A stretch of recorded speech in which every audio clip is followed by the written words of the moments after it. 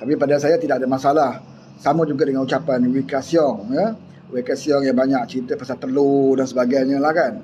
Dan pada saya tidak ada masalah. Saya lebih suka sebenarnya kalau lebih ramai ahli parlimen daripada kerajaan PH.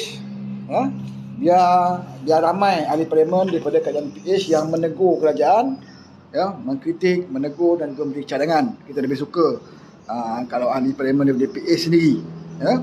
Sebab kita nak biar rakyat nilai kan, ya, isi kandungan ucapan ahli parlimen daripada kerajaan dan juga daripada pembangkang. Mana yang berkualiti, mana yang relevan, ya, mana yang hanya bercakap tak ada fakta, mana yang hanya hantam kromo je bercakap kan. Macam Muhyiddin tadi pun memang tak ada nilai lah. Memang sepatutnya lah dia pun tidak menawar ataupun tidak mengambil jawatan ketua pembangkang kalau itu kualiti dia. Itu saya dengar separuh je lah pun, tak dengar daripada habis. Kemudian saya akan dengar daripada mula balik, saya akan dengar dan saya akan ulas lah dalam live saya yang akan datang ni. Saya akan ulas. Sekarang ni saya tak boleh nak ulas sebab saya dengar sebahagian daripada ucapan Muhyiddin, ya, benar rasuah dan sebagainya. Jadi bagi saya relevankah, ya, relevankah Muhyiddin nak cerita pasal rasuah? Ini, ya, sebab dia jadi Perdana Menteri pun, ya, berdasarkan kepada amalan tersebut, ya, amalan things of thing, ya.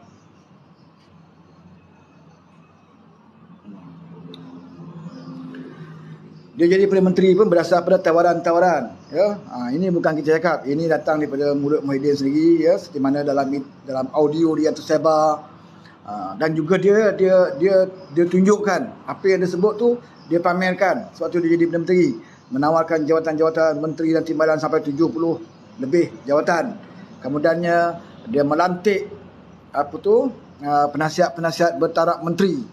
Peja pun jadi juga, ya. Bukan free, ya, bergaji, bertaraf menteri lagi. Bukan sekadar bergaji, bukan sekadar ada allowance, bertaraf menteri, ya. Jadi Peja pun tak layak untuk nak bercakap tentang penasihat Perdana Menteri sekarang ini yang tidak bergaji. Ya. Jadi Muhyiddin nak sembang pasal rasuah, penyelewengan, pembaziran ni, ya, bukanlah, ya. Dia tidak ada autoriti untuk bercakap berkaitan perkara tersebut sebab dia telah melaksanakan lebih daripada itu, ya, lebih daripada apa yang dia perkatakan.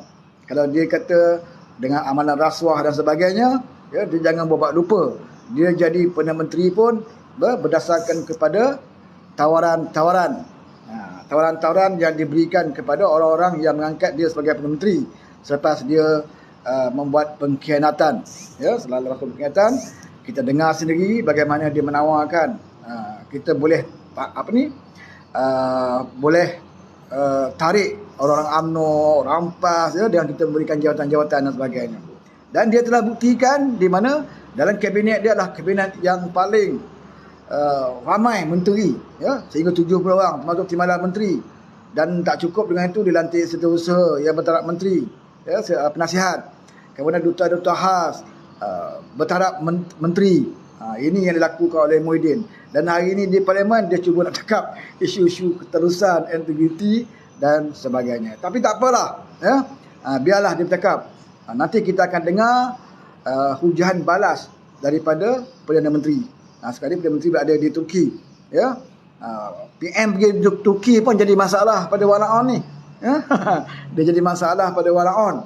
Apalah Anwar ni, rakyat sekarang ni sibuk nak minta ke LBSP, ya, Perdana Menteri lari ke Turki, ya. Tak nak datang parlimen dan sebagainya, ya. Padahal apa yang Datuk Seri Anwar Ibrahim sebut semalam, dia dah bagi tahu awal, ya. Dia dah bagi tahu dalam parlimen. Dia bagi tahu malam ini dia akan bertolak ke Turki. Kalau ikut dia memang dia tak pergilah, ya. Dia dia akan pergi dalam lawatan resmi yang kemudian. Tetapi apabila sahabat dia Erdogan, dia berulang kali menjemput, dan dalam keadaan pemimpin lain, dunia yang lain telah pun sampai ke Turki untuk memberikan, ya, solidariti kepada Turki yang dilanda bencana, maka adalah tidak wajar kalau Datuk Seri Anwar Ibrahim tidak melayani, ya, permintaan daripada Erdogan. Apatah lagi kita sebagai manusia yang tahu mengenal budi, kita masih ingat suatu negara kita dilanda tsunami yang besar, ya, beberapa tahun yang lalu, ya, Turki telah memberikan bantuan, ya, kepada negara kita, bukan sedikit-sedikit, ya, bukan bantuan kewangan, bantuan tenaga sukarelawan dan sebagainya. Jadi jangan kita tak tahu, ya, jadi manusia yang tidak tahu mengenang budi. Jadi sebab itulah Datuk Seri Ibrahim menyatakan dia pergi ke Turki bukan atas lautan resmi, atas kunjungan, ya, ke sana tidak perlu kepada protokol sebagai lautan resmi, pergi dengan segera, dan dia kata dia akan balik ke Parlimen seberapa segera. Tak salah saya hari Khamis, ya. Dia bercakap dia akan balik. Maknanya dia pergi sekejap untuk menunjukkan solidariti kepada Erdogan, ya, pemimpin di Turki. Apatah lagi kita menghantar sukarelawan yang agak ramai jugalah. Di samping doktor-doktor kita ada pasukan SMART, anggota tentera juga, ya, dia dikerah. Dan sukarelawan kita berjaya membuktikan bahawa mereka berada di Turki dan memberikan sumbangan, tak salah saya, ada berapa orang dah, ya, dapat diselamatkan oleh sukarelawan daripada negara kita. Ya, diselamatkan mangsa itu hidup-hidup. Yang mati pun ramai juga, ya, yang dibawa keluar daripada timbunan batu-batu dan sebagainya. Dan yang paling membangga, kita ada mangsa yang masih hidup yang dapat diselamatkan oleh sukarelawan kita dari Malaysia. Jadi memang wajarlah, ya, Perdana Menteri pergi ke sana, pertama menunjukkan solidariti, ya, simpati kita dengan Turki. Yang kedua, sebagai memberikan suntikan semangat dan juga moral kepada sukarelawan, ya, yang bukan buat kerja yang mudah-mudah di sana, ya, sebab negara kita tidak ada bencana seperti itu, ya, gempa bumi tidak berlaku, alhamdulillah, di negara kita. Sudah tentunya mereka mempunyai pengalaman yang agak berbeza. Ya, bencana di negara kita biasanya banjir, ya, bencana-bencana yang tidak seperti gempa bumi lah, ya. Jadi sukarelawan mungkin mendapatkan satu pengalaman, ya. Mungkin itu bukan kali pertama mereka berdepan, tetapi itulah pengalaman yang mereka kena tunjukkan dan menaikkan imej negara kita. Jadi bagi walaon, ya, yang mempertikaikan kehadiran Perdana Menteri ke Turki, ini memang perangai dia lah. Ya, buat apa pun yang Perdana Menteri buat, semua dia akan pertikaikan. Kalau tak pergi, dia akan pertikaikan juga. Ya, apalah Perdana Menteri ini, ya, negara Turki dilanda bencana, Perdana Menteri kita buat tak tahu je, buat tak kisah je, dia akan pertikaikan juga. Kalau pergi, dia akan pertikaikan juga. Ya, sama macam isu bakar Quran lah, ya. Yang dia kata Perdana Menteri tak buat apa-apa, padahal Perdana Menteri buat, ya, lebih awal daripada kamu buat. Tetapi kamu jenis malas nak cari fakta, maka lebih suka bercakap macam tu je lah, ya. Padahal yang Perdana Menteri buat tu lebih daripada pemimpin negara lain buat. Oh, cantik pula topi koboi aku. Terima kasih banyak. Jadi di Parlimen hari ini kita biarkan, ya, banyak sebenarnya isu-isu yang saya rasa daripada pembangkang, yang isu-isunya yang orang kata apa, tidak ada kualiti lah, ya, tidak berjaya untuk menggugat kerajaan perpaduan ini. Semua isu-isu macam semalam dia cerita pasal daripada Kuala Kerau, tak salah saya, ya, daripada Kuala Kerau, yang ceritakan kerajaan perlu membina, membaiki sekolah-sekolah usang dan sebagainya, ya. Itu satu cadangan yang baik, tetapi malangnya dia lambat, ya, sebelum Parlimen bersidang lagi, Menteri dah umum dah, ya, Anwar Ibrahim dah umum awal lagi bahawa tumpuan kerajaan dalam bajet ini diantaranya adalah kepada pendidikan, ya, Kementerian Pendidikan, di mana berapa ratus sekolah yang telah disenaraikan melalui Kementerian Pendidikan telah disenaraikan sebagai sekolah-sekolah yang akan dibaiki, ya, sekolah-sekolah daif ini. Sebelum Parlimen bersidang lagi pun, ya, kerajaan dah umum dah, ya.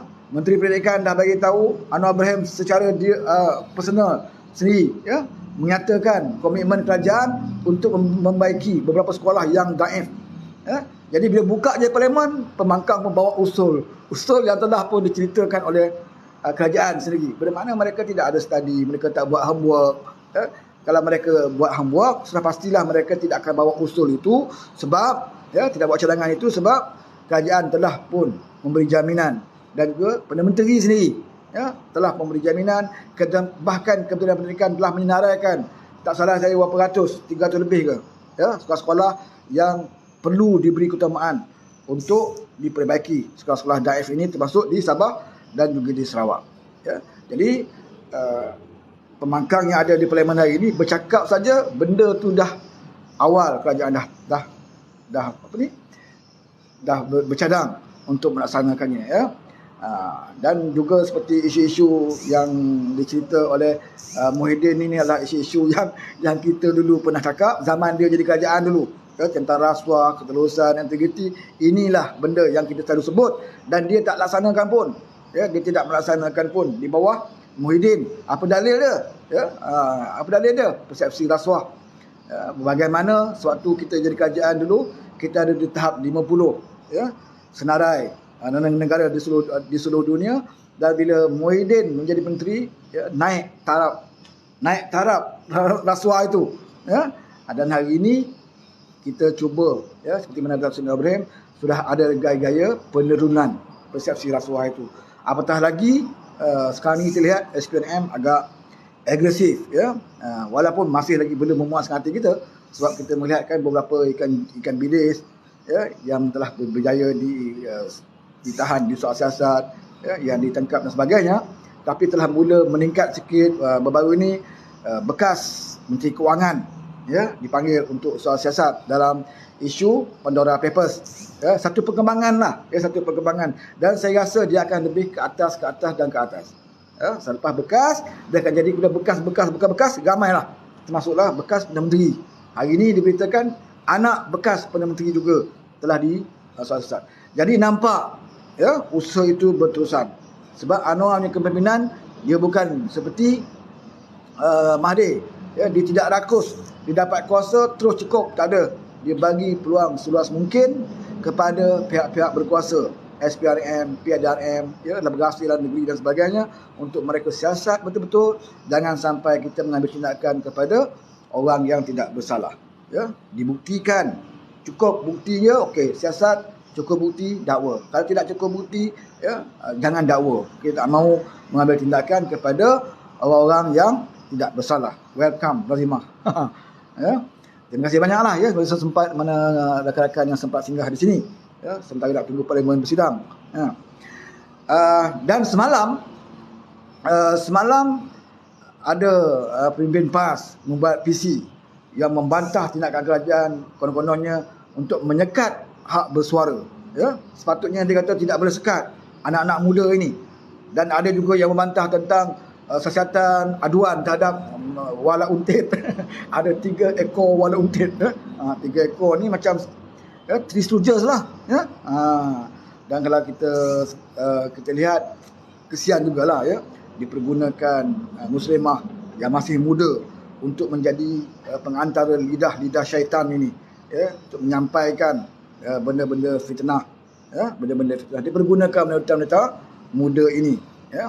Saya nak bagi tahulah walaon dan walauntin, ya, kamu janganlah mudah sangat terpedaya dengan lebay-lebay, ya, pimpin-pimpin PAS ini. Mereka kalau kena saman tidak ada masalah. Tengok macam Razman, dia kena saman 5 juta, lepas tu dia minta maaf, settle, ya. Berapa orang lagi pimpin PAS yang telah pun minta maaf bila mereka melakukan kesalahan.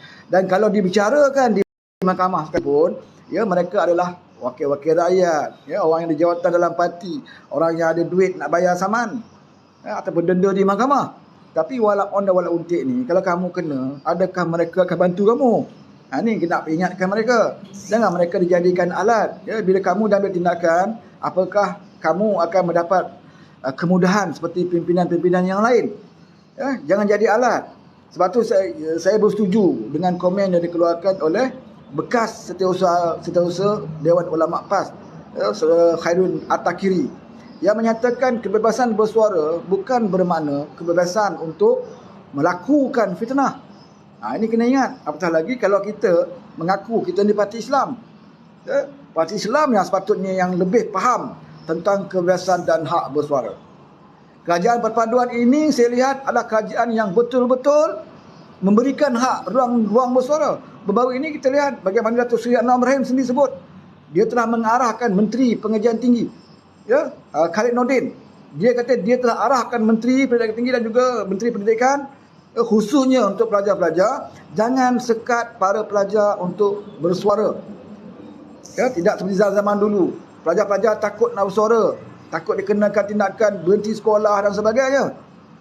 Anwar memberi jaminan dan diarahkan menteri, jangan sekat pelajar-pelajar mahasiswa untuk menyatakan pendapat, menegur kerajaan, mengkritik kerajaan dan sebagainya. Cuma jangan racuni, gunakan pelajar-pelajar ini untuk mereka melakukan fitnah, untuk mereka melakukan budaya fitnah. Satu lagi, untuk memainkan sentimen agama dan juga kaum. Semalam ada pemimpin PAS sebut, kenapa budak muda ini harus disekat? Dia masih muda lagi, wanita muda, sepatutnya tidak boleh diberikan sekatan untuk mereka bersuara. Yang sebenarnya silap. Sepatutnya daripada mudalah kita kena cegah. Anak-anak muda ini perlu dicegah daripada mereka meneruskan amalan fitnah. Kata orang tu, nak lentur buluh biar dia gebung. Jangan dah tua bangka, macam motor senek dengan ni ama, baru kita nak lentur dia. Jadi dari muda lah kita harus tegur mereka, dan kalau mereka degil kita ambil tindakan. Kalau kamu muda-muda lagi, dah bermainkan sentimen agama, dah bermainkan sentimen kaum dan melakukan amalan fitnah, kamu merugikan masa muda kamu. Sebab tu saya bersetuju, sekiranya mana-mana anak muda, atau tak kira lelaki atau perempuan, yang menggunakan media sosial untuk melakukan fitnah, melakukan fitnah, tindakan harus diambil. Sebab kita nak bentuk anak-anak muda ini dengan budaya yang lebih sihat. Jangan kerana dia muda, maka kita kata, oh ini hak mereka untuk bersuara. Sama seperti Sweden lah. Apakah kita nak jadi seperti negara Sweden yang mengatakan bahawa mereka yang berbakar Al-Quran itu menggunakan hak mereka. Mereka hak mereka untuk lakukan apa saja. Tak boleh. Kalau kita nak amalkan Islam, hak bersuara itu ada batas. Ada batas dia. Apatah lagi Islam mengajar. Kalau kita belum dapat satu berita, datangnya benda orang fasik pula tu, kan? Kalau berita itu adalah berita yang kita tak pasti, maka kita jangan sebarkan. Jangan sebarkan. Tapi kalau disebarkan, apatah lagi yang berunsur fitnah peribadi. Contoh seperti mana yang diajar oleh Razman Zakaria, Pusurujaya PAS Perak. Dia mengajar anak muda dengan mainkan isu-isu fitnah peribadi. Anwar LGBT. Kalau Anwar jadi Perdana Menteri, maka LGBT dibenarkan. Kalau Anwar jadi Perdana Menteri, akan berlakulah nikah lelaki sama lelaki, perempuan sama perempuan. Ini terang-terangan satu fitnah yang akhirnya dia sendiri melutut minta maaf. Tapi berapa ramai yang jadi mangsa fitnah daripada mulut Razman ini? Berapa ramai? Ramai yang saudara. Ini yang merosakkan anak muda. Sebab mereka mengatakan kalau Razman itu yang janggut dia putih, yang pakai serban putih, yang selalu bercakap memetik ayat-ayat Quran, kalau orang ini bercakap, dia kata mungkin betul. Jadi anak muda tiru. Akhirnya yang rosak anak muda kita. Sebab itu saya katakan sebarang fitnah, tak kira orang tua ke, apatah lagi anak-anak muda, harus kita tangani dengan tegas. Mereka boleh kritik kerajaan, bagi mahasiswa ke, anak muda, mereka boleh mengkritik apa saja dasar kerajaan. Contohnya mereka mengkritik menu ramah. Tak apa, kritiklah. RM5 sepatutnya jadi ke RM1. Tak apa, bagi pandangan. Ini makanan RM5. Sepatutnya kena ada udang galah. Jual RM5. Tak apa, beri pandangan. Dan kita boleh jawab hujah mereka. Tetapi jangan buat fitnah. Menegur kerajaan tak apa. Tegurlah. Harga barang masih mahal ke, telur pun masih lagi tak cukup. Tak apa, tak ada masalah. Bahkan dalam parlimen kita lihat, di kalangan ahli parlimen, kerajaan perpaduan, mereka juga menegur. Ucapan, semalam beberapa orang ahli parlimen kita yang juga memberikan cadangan kepada kerajaan. Tidak ada masalah. Yang jadi masalah sekarang ini apabila kamu mengikut hasutan lebay-lebay kamu. Lebay-lebay kamu yang tak pernah berubah daripada dulu. Tak ada modal nak cakap, nak sembang pasal ekonomi pun dah tahu. Kalau bercakap lagi kantoi pula, seperti mana semalam ahli parlimen Macang. Dalam parlimen bukan main lagi. Mana dia janji manifesto menghapuskan PTPN. Menghapuskan PTPN. Bila dah keluar dewan, bila dengar Rafizi nak ambil tindakan sebagai tindakan tertib ahli parlimen kerana mengeluarkan kata-kata yang tak benar. Ya, dalam manifesto dia tidak menyebutkan menghapuskan PTPN. Yang ada dalam manifesto kita adalah penghapusan bersasar, bermakna tidak menghapuskan semua sekali. Bersasar itu yang ada dalam manifesto kita, bukan penghapusan PTPN itu. Ya, yang menghapuskan secara mutlak hutang PTPN itu datangnya daripada mulut Tuan bin Tuaman daripada PAS. Kamu kena tanya Tuan bin Tuaman, dia pun pernah jadi kerajaan, apa yang dia buat? Ya, mana janji dia? Banyaklah kalau kita nak ungkit pasal janji. Ya, janji RU355 dah. Hudud memang dah campak longkang lama dah. Ya, banyak yang mereka janjikan. Ya, pramugari nak tutup aurat lah macam-macam, kan? Last sekali yang mereka buat naikkan cabutan judi. Itulah. Jadi yang mereka mampu lakukan, dan hari ini mereka nak bercakap. Ya, tentang menghapuskan PTPN dan sebagainya. Saudara, baru 2 bulan lebih, tak sampai 3 bulan, menghampiri 3 bulan kerajaan ini. Kalau nak menilai manifesto, ya, bukan 3 bulan, bukan 2 bulan, bukan setahun, sepenggal. 100 hari hanyalah untuk melihat KPI menteri, sejauh mana mereka telah bekerja dalam tempoh 100 hari. Bukan untuk menilai manifesto. Yang keduanya, ya, kamu mengatakan manifesto harapan. Kamu kena ingat, kerajaan hari ini bukan kerajaan Patah Harapan. Kerajaan hari ini adalah kerajaan perpaduan. Adalah tidak adil sekiranya kerajaan hari ini melaksanakan hanya manifesto Patah Harapan saja, sedangkan kerajaan yang didirikan hari ini adalah daripada kerjasama berbagai parti politik. Sebab itulah tindakan yang dibuat oleh Datuk Seri Anwar Ibrahim adalah mereka mengumpulkan semua parti-parti dalam gabungan kerajaan perpaduan ini, dan mereka mengambil setiap manifesto mana-mana parti yang ada, mana yang manifesto yang bersamaan itu diutamakan terlebih dahulu. Ya, kalau ikut manifesto masing-masing banyak benda yang berbeza. Contohnya manifesto Barisan Nasional, dia menyatakan kalau mereka jadi kerajaan mereka nak 3 timbalan Perdana Menteri. Ini manifesto Barisan Nasional. Ya, tetapi ini tidak sama dengan manifesto Patah Harapan. Kita menjanjikan 2 saja timbalan Perdana Menteri. Satu daripada Semenanjung, satu daripada Sabah dan Sarawak. Tapi Barisan Nasional janjikan 3. Jadi apabila ini berlaku manifesto yang tak sama, maka mereka akan memikirkan mana yang paling baik untuk dilaksanakan. Ya. Begitu jugalah, ya, macam MA63 itu juga telah dilaksanakan. Ini perkara besar. Ya, rakyat tak nampak. Yang rakyat tanya ni KLBSP. Ya, kerajaan baik hanya apabila beri duit KLBSP. Ini masalah dia. Bila dah kerajaan memulakan dulu, ya, rakyat diajar untuk menyelesaikan masalah rakyat dengan mengeluarkan duit tabung.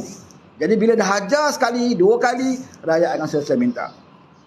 Kalau kita tengok sejarah pentadbiran negara kita selepas merdeka, tak ada mana-mana Perdana Menteri yang membenarkan mengeluarkan duit KLBSP. Walaupun ketika itu negara berada dalam susah, tak ada Perdana Menteri yang nak ajar mengeluarkan duit tabung masing-masing. Dia dimulakan oleh Abah Kau, sebab Abah Kau ni pemalas nak fikir mengatasi masalah rakyat. Ya, waktu PKP duit tabung masuk dalam parti banyak ratusan juta. Ya, tapi rakyat minta duit, tak ada duit. Kamu nak sangat, keluarkan kuat tabung kamu sendiri. Minta kali kedua, keluar lagi. Dan hari ini dah jadi pembangkang pun dia masih minta rakyat keluarkan duit tabung masing-masing. Ya? Dan saya percaya, seperti mana kata Datuk Seri Anwar Ibrahim, dia sendiri tidak mengatakan tidak lulus pengeluaran KLBSP, ataupun dia tidak mengatakan akan lulus. Ya? Dia kata dia sedang berusaha untuk mencari jalan, kalau boleh ada jalan lain yang boleh membantu orang seperti ini. Ya? Jadi tak mudah. Ya? Kalau Datuk Seri Anwar Ibrahim, dia tidak mudah. Tak ada keluar mulut umum terus nak bagi KLBSP. Banyak pertimbangan, banyak cara, dan mungkin dia akan bincang ada tak cara lain. Kalau tak ada, kemungkinan dibenarkan keluar mungkin secara bersasar, iaitu orang yang betul-betul memerlukan, ya, yang betul-betul tidak ada kerja, hutang banyak dan sebagainya, ya, mereka mungkinlah, ya, kita harapkan mereka juga dibantu, ya.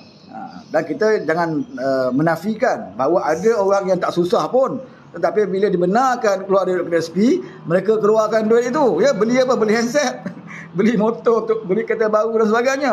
Kita tak boleh nafikan. Ada yang mengambil kesempatan sebab dah dibenarkan keluar duit, ya, dah dibenarkan. Jadi pertimbangan ini harus, ya, sebagai kerajaan dia harus bertanggungjawab. Kalau Datuk Seri Anwar Ibrahim nakkan pujian, nakkan polis, boleh saja diumum, okey keluar, kan? seperti mana dia sebut, ini bukan duit kerajaan, duit mereka, boleh saja keluar. Tapi itu bukan pemimpin yang bertanggungjawab. Dia kena fikir dulu, ada tak jalan lain. Ini dia pemimpin. Bukan macam Muhyiddin, belum berusaha pun lagi, belum cuba lagi inisiatif umum awal lagi. Kalau saya jadi Perdana Menteri, KBSP boleh keluar. Umum awal lagi, bermakna dia jadi Perdana Menteri yang paling mudah. Kamu susah, keluar duit tabung kamu. Kalau lama kita ada Perdana Menteri macam ni, memang kosonglah tabung duit rakyat. Sebab Perdana Menteri malas nak cari jalan macam mana nak memulihkan ekonomi negara. Hari ini Datuk Seri Ibrahim bekerja siang malam, tak ada cuti, tak ada rehat, tak bergaji, memikirkan untuk menaikkan ekonomi negara. Bukan memikirkan untuk memberi kekayaan dan kemewahan kepada keluarga dia.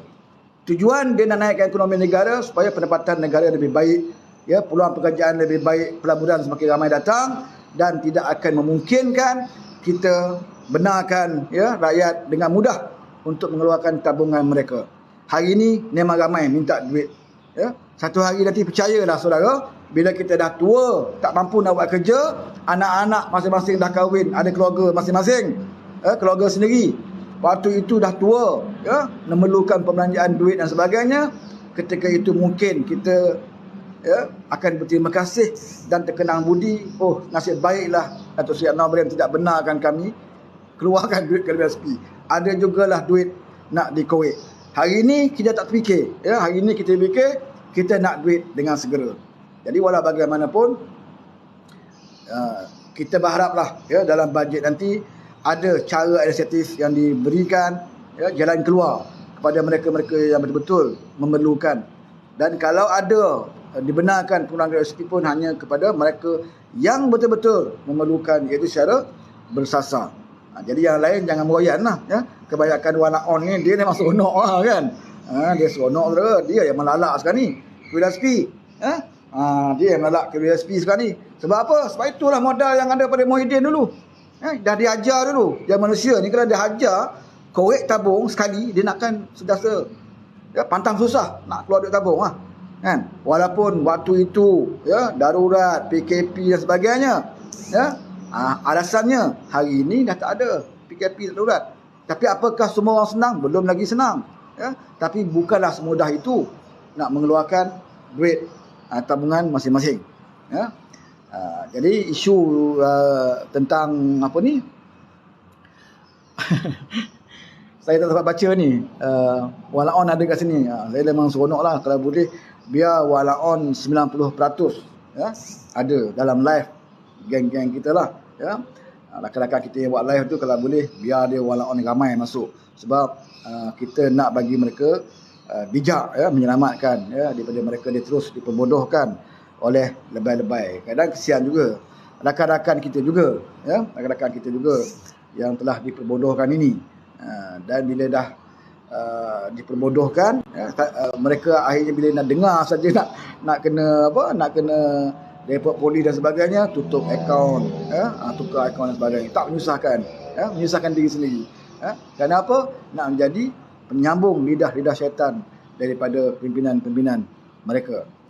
Okey, cukup sampai sini. Tak lama lagi kita nak ikuti sidang Parlimen 2.30. Terima kasih banyak kepada mereka yang telah sempat bersama. Dan insyaAllah kita jumpa lagi di lain masa. Assalamualaikum warahmatullahi wabarakatuh.